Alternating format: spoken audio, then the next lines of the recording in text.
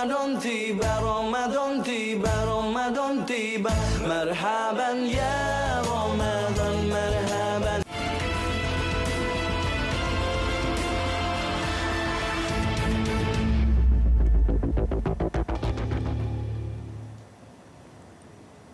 Assalamualaikum, anda bersama saya Azam Abdullah dalam Pastikan Sahih edisi 15 April 2021. Selama setengah jam kami ketengahkan isu-isu tular, hebahan maklumat dan penafian berita palsu, jadi terus setia hingga ke akhir rancangan. Baik, seperti biasa kita mulakan dengan perkembangan ini terlebih dahulu. 7 jajahan di Kelantan dikenakan Perintah Kawalan Pergerakan PKP bermula 16 April hingga 29 April depan berikutan peningkatan kes positif COVID-19 secara mendadak di dua negeri itu. 7 jajahan itu ialah melibatkan Kota Baru, Pasir Mas, Pasir Putih, Bacok, Macang, Tumpat dan Tanah Merah.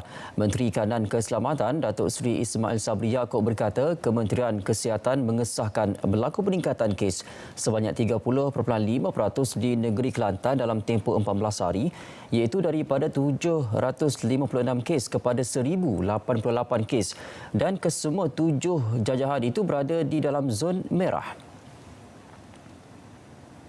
4 lagi kawasan dikenakan Perintah Kawalan Pergerakan diperketatkan PKPD iaitu 1 di Sabah dan 3 di Pahang.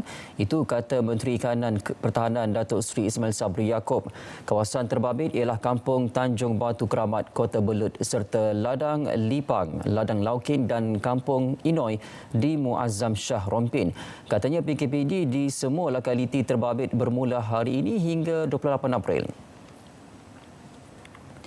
Baik, ini pula di Sabah. Perintah Kawalan Pergerakan diperketatkan PKPD akan dilaksanakan di Kampung Tanjung Batu Keramat, Kota Belud Sabah dan 2 ladang serta 1 kampung di Muazzam Shah Rompin Pahang bermula hari ini.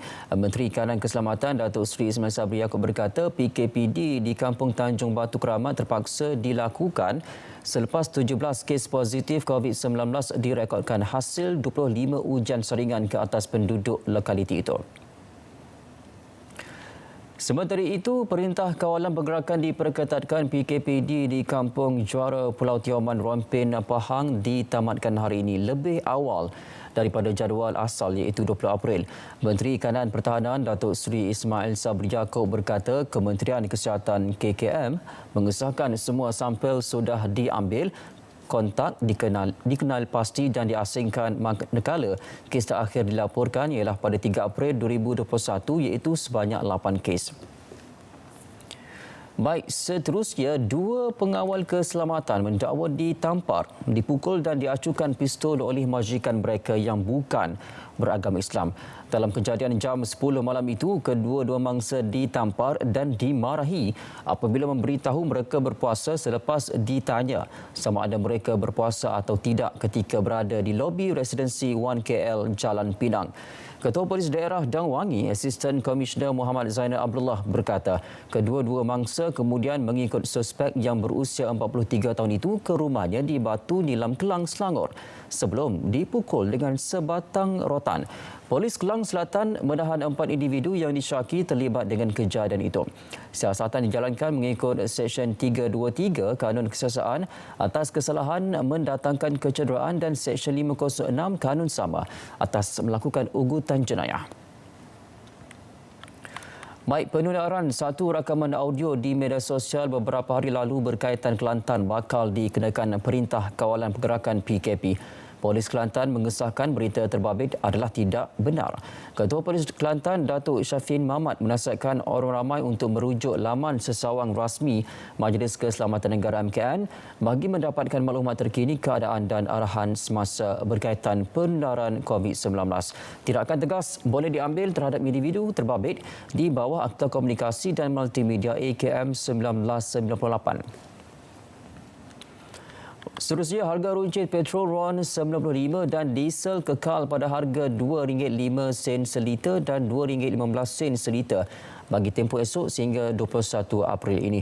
Harga runcit petrol RON 97 juga kekal pada harga RM2.54 seliter. Bagi melindungi pengguna daripada kesan kenaikan harga sebenar minyak di pasaran global, kerajaan mengekalkan paras harga siling RM2.05 seliter bagi petrol RON 95 dan RM15 seliter bagi diesel. Jabatan Pengangkutan Jalan JPJ menawarkan diskaun 70% ke atas semua saman dan kompaun selama 2 bulan bermula esok sempena sambutan ulang tahun JPJ ke-75 tahun ini. Menteri Pengangkutan Datuk Seri Wee Ka Siong berkata diskaun itu membabitkan 3.5 juta notis saman dan kompaun yang masih aktif sejak 2010 sehingga kini. Tawaran diskaun itu diberikan bagi semua saman boleh kompaun yang masih lagi berkuat kuasa semasa tawaran kecuali kes dalam sebutan mahkamah. Lembaga Hasil Dalam Negeri Malaysia, Pusat Bayaran LHDNM hanya akan menerima bayaran cukai pengguna, cukai pendapatan, penghibur awam, bayaran kompaun, cukai keuntungan harta tanah, cukai pendapatan menggunakan kad kredit dan debit. Bayaran boleh dimuat melalui beberapa platform iaitu MyTax, mesin deposit tunai, dalam talian, mesin juru wang automatik dan kaunter pos Malaysia dan bank komersial. Pekerja dalam industri perkilangan dan pembuatan khususnya di Pulau Pinang dan Selangor diberikan keutamaan untuk menerima suntikan vaksin COVID-19. Itu kata Menteri Perdagangan Antarabangsa dan Industri Datuk Seri Muhammad Azmin Ali. Ini kerana kedua-dua negeri itu adalah zon industri dengan aktiviti ekonomi yang amat rancak. Pulau Pinang dan Selangor antara negeri yang menyumbang kepada ekonomi negara kerana wujudnya industri dan aktiviti ekonomi yang rancak. Maka ini adalah zon yang akan diberikan keutamaan untuk pekerja dalam industri perkilangan dan pembuatan mendapatkan suntikan vaksin. Baik, pasangan saya nak berehat seketika, kembali selepas ini. Jangan ke mana-mana.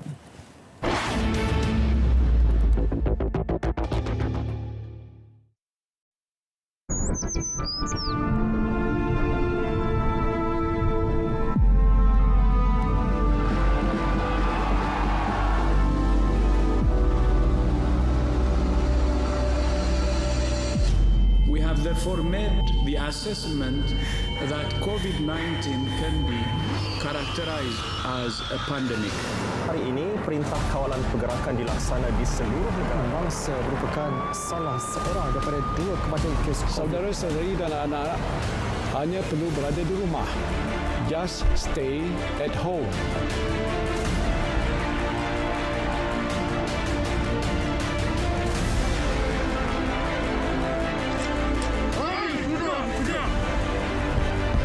Kami sudah bersedia. Kami sudah sedia. Kami sudah bersedia. Kami sudah sedia. Kami sudah bersedia. Kami sudah sedia. Kami sudah bersedia. Kami sudah bersedia. Kami juga sudah bersedia. Ambo sedia ke? Saya sudah bersedia. Saya sudah bersedia. Saya sudah bersedia. Saya pun sudah bersedia. Kami sudah bersedia. Dan kami semua juga sudah bersedia Untuk menerima vaksin COVID-19.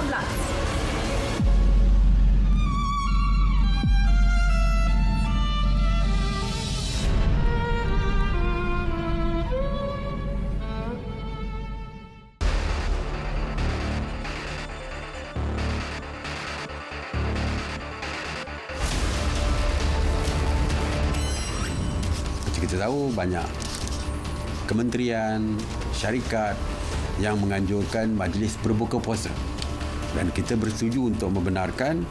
Begitu juga dengan buffet Ramadan di hotel, di restoran dan lain-lain premis makanan. Kita benarkan dengan SOP yang ketat yang telah pun kita tetapkan.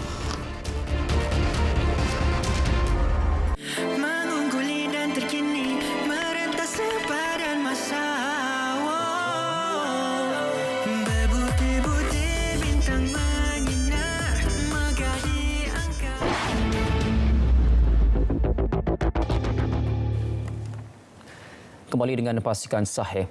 Seorang wanita maut dipercayai ditikam seorang lelaki dalam kejadian pergaduhan di rumahnya di Taman Perpaduan Ipoh malam tadi. Mayat K. Krishna, 31 tahun, ditemui terbaring di ruang tamu dengan beberapa kesan tikaman di dada. Ketua Jabatan Siasatan Jenayah Negeri SAC Anwar Osman berkata pihaknya menerima panggilan mengenai pergaduhan antara mangsa dan suspek berusia 23 tahun itu kira-kira pukul 8.45 malam. Lelaki ini telah kita hantar kepada pihak hospital untuk rawatan lanjut disebabkan oleh beberapa tikaman. Kita tidak pasti sama ada tikaman tersebut dilakukan oleh wanita si mati itu ataupun dia cuba bunuh diri. Kita akan selanjut perkara ini. Menteri Keuangan Tengku Datuk Seri Zafrul Tengku Abdul Aziz mengumumkan kerajaan telah menyalurkan allowans khas Barisan Harapan berjumlah RM647.33 juta setakat 2 April lalu. Jumlah itu bagi memenuhi 1,822,927 tuntutan yang diterima pihaknya. Penerima allowans merangkumi doktor, jururawat, kaki tangan, perubatan lain dan anggota beruniform. Seramai 24,919 orang telah berjaya mendapat pekerjaan melalui program MyStep setakat 31 Mac 2021. Daripada jumlah itu, 23,477 pekerja ditempatkan di sektor awam sementara 1,442 di syarikat berkaitan kerajaan JLC serta rakan strategi mereka. Menteri Keuangan Tengku Datuk Seri Zafrul Tengku Abdul Aziz menerusi laporan laksana menjelaskan kerajaan berjaya mencapai 49.8% sasaran keseluruhan program MyStep untuk tahun ini. MyStep merupakan inisiatif kerajaan bernilai RM700 juta yang membuka 50,000 peluang pekerjaan jangka pendek di pelbagai kementerian, agensi kerajaan serta JLC secara kontrak. Baik, seterusnya, Lembaga Getah Malaysia LGM sedia melatih 10,000 pekerja tempatan di Akademi Heavy Malaysia Langkawi bagi memenuhi keperluan tenaga kerja dalam industri sarung tangan getah negara. Akademi lengkap dengan pusat latihan dan penginapan mampu memenuhi keperluan itu dalam tempoh beberapa bulan akan datang. LGM turut mendapat kerjasama Persatuan Pengeluar Sarung Tangan Getah di Malaysia dan Majlis Getah Malaysia bagi menyokong keperluan 34.7% tenaga kerja baharu industri sarung tangan getah tempatan. Produk sarung tangan getah menyumbang hampir 90% kepada pendapatan ekspor barangan getah negara dengan sarung tangan Malaysia menguasai lebih 60% pasaran dunia. 17 kes positif COVID-19 jangkitan tempatan telah dikenal pasti dijangkiti dengan varian B1351 Afrika Selatan. Varian tersebut mula dikenal pasti 18 Mac lalu pada 2 kaki tangan syarikat yang berpangkalan di lapangan terbang antarabangsa Kuala Lumpur dari kluster Jalan 5 serta 1 kes masing-masing dari kluster Kebun Baru dan saringan kontak rapat. Ketua Pengarah Kesihatan Tan Sri Dr. Nur Hisham Abdullah menerusi kenyataannya memaklumkan bagi mengesan sejauh mana penyebaran varian B1351, lebih banyak kes-kes di kawasan geografi yang berdekatan termasuk daerah Kuala Langat dan daerah Sepang telah dijalankan dengan turutan jujukan genom penuh. Sehingga kini analisis filogenetik serta hubung kait geografi menunjukkan kebarangkalian kesemua 17 kes tersebut adalah daripada punca jangkitan yang sama. Datuk Bandar yang dipertua pihak berkuasa tempatan PBT dan pegawai penguatkuasa PBT grade 19 ke atas diberi kuasa mengenakan kompaun terhadap individu yang melakukan kesalahan di bawah Akta Pencegahan dan Pengawalan Penyakit Berjangkit 1988 atau Akta 342. Menteri Kanan Pertahanan Datuk Seri Ismail Sabri Yaakob memaklumkan kompaun itu termasuk kesalahan melanggar prosedur operasi standard SOP di Bazar Ramadan. Aduan mengenai ketidakpatuhan SOP di beberapa lokasi Bazar Ramadan telah diterima. Pegawai dan anggota polis yang berhasrat untuk berkahwin lebih daripada satu perlu memperoleh kebenaran dan keizinan secara bertulis daripada ketua jabatan masing-masing. Keizinan itu penting bagi mengelak mereka dikenakan tindakan disiplin atau boleh dianggap sebagai ingkar arahan ketua polis negara. Kalau sahih bahawa seseorang itu telah berkahwin, Apatah lagi kalau berkahwin di luar daripada negara Malaysia, itu dah dua kesalahan. Satu, kahwin tanpa keizinan. Dua, melakukan pergi ke luar kawasan tanpa keizinan. Apatah lagi kalau luar pada negara kita, lagi berat dia punya tu. Memang tak boleh lah. Itulah. Peranan klinik dan hospital swasta penting dalam membantu Kementerian Kesihatan Malaysia KKM untuk mempercepat program imunisasi COVID-19 kebangsaan. Bukan sahaja kerana mempunyai fasiliti perubatan yang baik, tetapi juga meningkatkan keyakinan orang ramai untuk mendaftar bagi mendapatkan vaksin. GP klinik-klinik swasta ni mereka ada pesakit-pesakit mereka sendiri yang mereka telah bina satu hubungan kekeluargaan bersama their patient. So mereka bila kita libatkan hospital swasta dan GP swasta, bukan sahaja kita menambahkan capaian di mana banyak GP ada di sebaran mereka ada di merata-rata kawasan. Bukan sahaja itu, malah GP-GP dan hospital swasta dengan hubungan mereka dengan pesakit-pesakit mereka boleh mengurangkan vaksin hesitansi.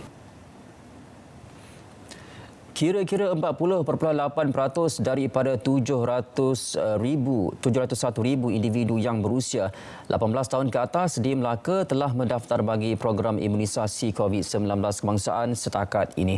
Pengarah Majlis Keselamatan Negara MKN Melaka, Nasrul Minhad berkata daripada angka itu, 90,000 orang daripada kumpulan fasa kedua telah mendaftar berbanding sasaran kerajaan negeri seramai 130,000 orang. Orang ramai khususnya penerima suntikan vaksin fasa kedua diminta untuk mendaftar sebelum 19 April. Kita dalam lebih kurang 700,000 orang lah rakyat yang berumur 18 tahun ke atas yang boleh menerima vaksin. Dan setakat kepada hari ini lebih kurang dalam 40% lah yang telah berdaftar. Dan saya harap ramai golongan yang tertentu yang belum mendaftar, daftarlah ke diri melalui pelbagai cara yang telah pihak kerajaan sediakan, melalui MySejahtera, melalui boleh pergi sendiri kepada klinik-klinik kesihatan kalau tiada ni, melalui laman web kalau tiada kemudahan handphone yang ada sistem operasi untuk secara direct dengan MySejahtera. Kita banyak ruang-ruang yang diberikan. Baik, setakat ini di Kedah tiada lagi aduan diterima berkaitan kenaikan harga barang keperluan harian dan bahan mentah. Pengerusi Jawatan Kuasa Penerangan, Komunikasi dan Multimedia, Perdagangan Dalam Negeri dan Hal Ehwal Pengguna Kedah, Romani Wan Salin, turut memberi jaminan barangan keperluan mencukupi sepanjang Ramadan dan Aidilfitri nanti. Sekarang di Kedah pun tidak ada isu yang sensitif sangatlah, insya-Allah. Pantau. Kita akan menggunakan pantau lah, insya-Allah. Setakat ni belum ada aduan lagi lah. Setakatlah yang di Kedah ni tidak ada isu, walaupun di negara-negara lain, tapi di Kedah ni tidak ada aduan yang sensitif lah. Saya ingat kalau ada aduan apa-apa, maklumat dari segi barang kawalan ke, ada boleh salak terus pada kita ada laman web dan ataupun jumpa terus di pejabat yang disediakan di 5 lokasi 5 daerah. Prasarana Malaysia Berhad mengambil inisiatif menyediakan juadah makan sahur untuk anggota polis dan kaki tangan hospital. Program Singgah Sahur bersama frontliner berkenaan yang membuka tirai di sekitar Lembah Kelang dengan juadah dihantar menggunakan bas Rapid KL akan diteruskan di Pulau Pinang melalui Rapid Penang. Ketua Pegawai Eksekutif Rapid Bas Berhad, Muhammad Yazurin Salij berkata sumbangan ini diharap dapat menyuntik semangat mereka meneruskan tugas masing-masing. Timbalan Presiden MRC Datuk Seri M. Saravanan meminta semua organisasi bukan kerajaan NGO masyarakat India di negara ini agar bersatu padu demi kepentingan generasi akan datang. Beliau berkata semua pemimpin NGO seharusnya perlu berbincang dan menyelesaikan isu-isu berbangkit termasuk isu melibatkan bahasa dan agama Hindu. Beliau mengulas mengenai isu beberapa NGO India yang membahaskan sama ada bulan Thai atau Chitrai mengikut kalender Tamil yang seharusnya disambut sebagai Tahun Baharu Tamil. Seterusnya, sebanyak 115 kuil dan tokong di ibu kota dikenal pasti didirikan di atas tanah kerajaan secara tidak sah. Itu kata Timbalan Menteri Wilayah Persekutuan Datuk Seri Dr. Santara Kumar. Beliau berkata daripada jumlah itu sebanyak 8 kes berjaya diselesaikan dengan kuil dan tokoh yang terlibat diberikan surat tawaran pendudukan secara sah. Manakala selebihnya ada yang ditawarkan tapak ganti yang dirizabkan sebagai tapak rumah ibadat bukan Islam. RIBI. Daripada baki 107 yang ada, sebanyak 56 telah dikenal pasti sebagai RIBI dan memerlukan tindakan segera iaitu berpindah kerana kawasan sebelum ini akan dibangunkan. Pelajar kategori orang kurang upaya OKU di Universiti Sultan Zainal Abidin UNIZA mendapat berita gembira iaitu pihak universiti bermurah hati untuk menyediakan bagi khas untuk mereka. Jelas Timbalan Naib Chancellor Hal Ehwal Pelajar Profesor Dr. Afandi Salih berkata kenderaan itu akan melancarkan perjalanan pelajar OKU untuk ke kelas. Pertukaran pembelian bagi berharga RM29,340 itu disalurkan oleh Pejabat Wakaf dan Endowment UNIZA. Padah menceroboh dan mencuri di sebuah masjid. Seorang lelaki yang mempunyai 7 rekod jenayah dijatuhi hukuman penjara 5 bulan oleh Mahkamah Magistrate Selayang. Magistrate Nur Hafizah Rajuni menjatuhkan hukuman itu ke atas Syahrudin Nazardin, 42 tahun, selepas dia mengaku bersalah menceroboh dan mencuri di Masjid Nurul Iman, Kampung Kenanga Batu 18, Rawang, Selangor antara 12.15 dan 12.30 tengah malam 6 April lalu. Syahrudin dijatuhi hukuman penjara 4 bulan bagi pertuduhan menceroboh manakala penjara 5 bulan untuk pertuduhan mencuri. Namun mahkamah memerintahkan kedua-dua hukuman itu berjalan serentak bermula tarikh tangkap pada 11 April lalu. Capaian internet yang rendah di kawasan pedalaman di daerah Jelebu, Jempol dan Kuala Pilah dikenal pasti sebagai antara faktor jumlah pendaftaran vaksin COVID-19 melalui aplikasi MySejahtera di Negeri Sembilan masih rendah setakat ini. Menteri Besarnya Datuk Seri Amiruddin Harun berkata kawasan berkenaan sebahagian besar melibatkan perkampungan orang asli. Pegawai daerah dan Majlis Pengurusan Komuniti Kampung MPKK diarahkan untuk mengambil tindakan segera bagi memastikan rakyat di kawasan itu mendaftar pengambilan vaksin. Baik, pasukan saya nak berehat seketika, kembali selepas ini.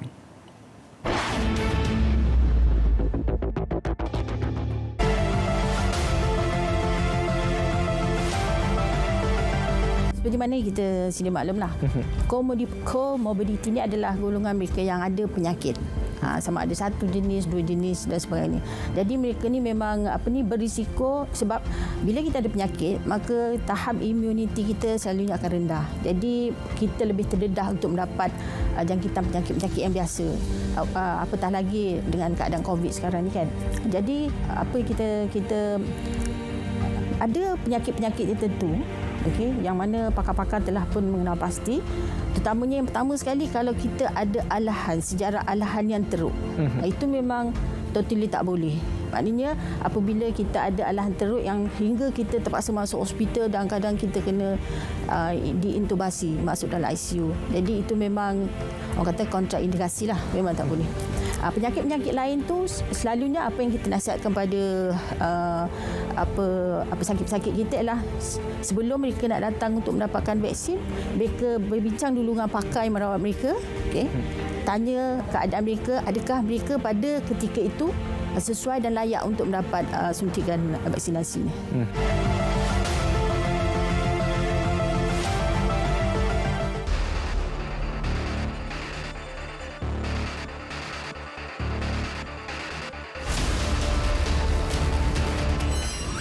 Hari ini mesyuarat jawatankuasa teknikal telah bersetuju untuk membenarkan operasi Pasar Ramadan, membenarkan operasi Bazar Aidilfitri di seluruh negara.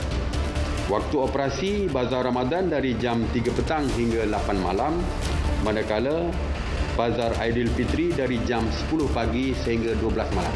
Solat tarawih dibenarkan walaupun ianya tertakluk kepada SOP dan keputusan daripada negeri masing-masing.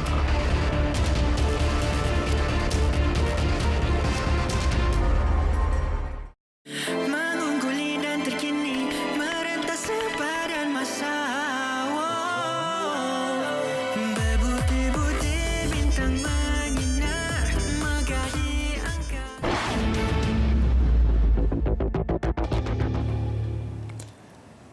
Baik, kita teruskan dengan Hebat Aktiviti. Bicara Diari Rawat akan membincangkan mengenai Ramadan turun atau naik. Jadi nak tahu apa yang turun dan juga apa yang naik. Perinciannya pada malam ini bersama dengan Muhammad Ashraf Ismail, iaitu Pegawai Sains Pemakanan Jabatan Kesihatan Wilayah Persekutuan Kuala Lumpur. Anda boleh saksikan di saluran berita RTM. Baik, ini pula daripada Azmi Khalid Basker, live basking pada Jumaat, iaitu 18 April bersamaan dengan 13 Ramadan 5 petang. Anda boleh saksikan secara live ataupun langsung di IG dan juga Facebook Malaysian Relief Agency Official, yang mana ini dibawakan oleh Malaysian Relief Agency ataupun kita kenali sebagai MRA. Baik, seterusnya domain keuangan yang akan membincangkan mengenai muflis, kebangkrapan dan jalan keluar pada Jumaat 16 April 10 pagi. Jadi anda boleh saksikan secara live di Facebook JPW Pahang, akan dibincangkan dan juga akan dikongsikan oleh Nur Ashikin binti Hashim, iaitu Pengarah Jabatan Insolvensi Malaysia Cawangan Kuantan. Seterusnya ini pula domain kemahiran, iaitu kepentingan vaksin. Anda boleh saksikan secara live di Facebook Pejabat Pembangunan Wanita Negeri Sembilan pada hari Jumaat juga 11 pagi, iaitu esok, bersama dengan Dr. Nabihah Syamsuddin, pakar perubatan keluarga Klinik Kesihatan Rantau untuk esok, InsyaAllah. Baik, seterusnya program pembangunan kerjaya belia 2021, peluang untuk belia Malaysia, di mana latihan percuma dan juga sijil, e-sijil disediakan. Jadi siapa yang perlu ambil peluang ini? Anda warga negara Bumi Putera berumur 12 hingga 18 tahun, pendidikan sijil hingga sarjana muda, bekerja sambilan, masih mencari pekerjaan dan juga graduan akhir tahun pengajian. Boleh daftar terus kalau seperti yang tertera di kaca TV, QR code, ataupun anda boleh terus ke Majlis Belia Malaysia. Ini pula Kementerian Belia dan Sukan mengenai pertandingan membuat logo Sukan Negara 2030 yang mana bermula pada 8 April hingga 7 Mei. Jadi anda boleh hantarkan permintaan anda ataupun penyertaan anda ke info@vsn2030.my. Okey, ini adalah baik. Seterusnya retrospektif itu mengenai perjuangan kami menang penyamun komunis 1972, itu sebuah dokumentari klasik negara. Anda boleh saksikan di saluran bernama TV, juga di YouTube Finas Malaysia pada 16 April 2021 jam 9 malam.